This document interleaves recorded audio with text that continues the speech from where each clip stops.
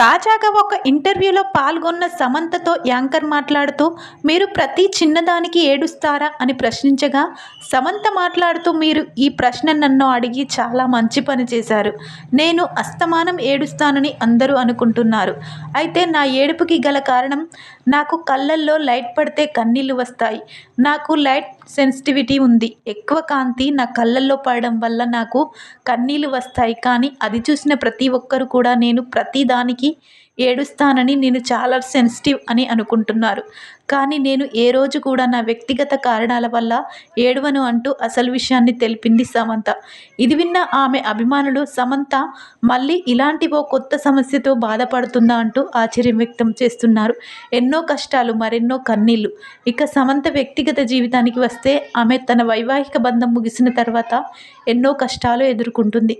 ప్రస్తుతం ఉన్న పరిస్థితులను, వ్యక్తిగత ఒత్తిడులు, ఆరోగ్య సంబంధిత సమస్యలు, ఇలా ఎన్నో ఆమె ఇప్పటికీ ఎదుర్కొంటుందని అభిమానులు కూడా కామెంట్లు చేస్తున్నారు. ఆ సమస్యల గురించి సమంత కన్నీరు పెట్టిన సందర్భాలు ఎన్నో. ఈ కష్టాలను ప్రజల ముందు నేరుగా చూపించకుండా తన మనసులోనే ఉంచుకొని ఇటీవల అభిమానులతో పంచుకుంది. అంతేకాదు, అలా చెప్పే సందర్భంలో భావోద్వేగానికి కూడా గురైంది.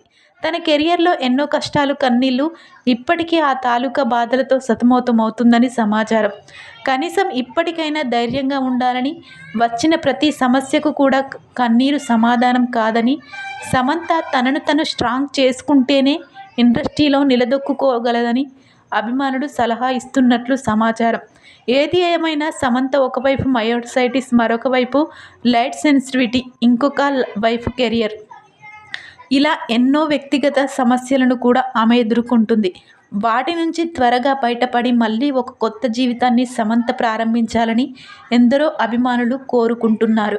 ప్రస్తుతం ఈ విషయాలు ఎంతో వైరల్ అవుతున్నాయి.